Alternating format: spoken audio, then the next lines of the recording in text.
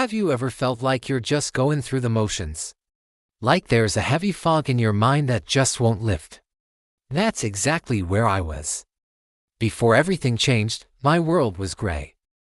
I was battling something I couldn't name, a silent, heavy weight on my chest. It was depression. Getting out of bed felt like climbing a mountain, and finding joy in anything felt impossible. I felt lost adrift, and desperately needed a new direction, a purpose. That's when I made a decision that would alter the course of my life forever. I enlisted in the army. I thought the military would be the answer. The structure, the discipline, the brotherhood. I believed it would forge me into someone new, someone stronger. And for a while, it felt like it was working. Basic training was grueling, but it gave me a mission every single day. Wake up, train, push your limits, repeat. There was no time to think, no time to feel that old familiar emptiness. I was part of a team, a unit. We relied on each other. We had each other's backs. That sense of belonging was something I hadn't felt in years. I started to believe I had finally beaten the darkness, that I had left that part of me behind. I was a soldier now.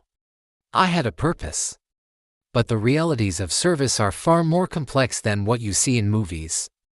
Deployment changes you in ways you can't predict. The constant vigilance, the high-stakes environment, the things you see and do. They leave a mark. It's an experience that's impossible to explain to someone who hasn't lived it. You build walls around your emotions to survive, to stay focused on the mission.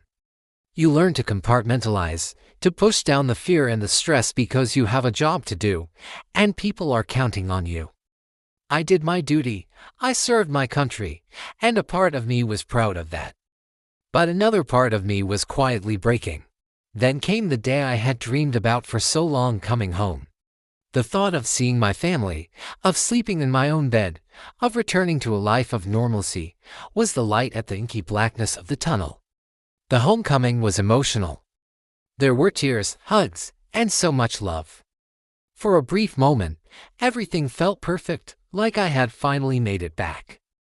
I thought, this is it. The fight is over. I'm home. But what I didn't realize was that I had brought the war home with me, not in my bags, but in my mind. The world I returned to was the same, but I was different. The familiar rhythm of civilian life felt alien. The loud noises of a busy street would make my heart pound. A car backfiring would send a jolt of adrenaline through me. My body instantly tensing for a threat that wasn't there. Crowds felt suffocating. I started avoiding places I used to love. The silence of my quiet suburban home was deafening, leaving too much room for the memories to flood back in. At night, sleep offered no escape. The nightmares were relentless, replaying scenes I desperately wanted to forget. I was physically home, but my mind was still thousands of miles away, trapped in a loop of hypervigilance and fear. The old gray fog of depression began to roll back in, but this time it brought a friend, PTSD. I felt more isolated than ever. How could I explain to my family, who were so happy to have me back, that I felt broken? They saw the man who left, but they couldn't see the invisible wounds I carried. I would smile and say I was fine, but inside I was screaming.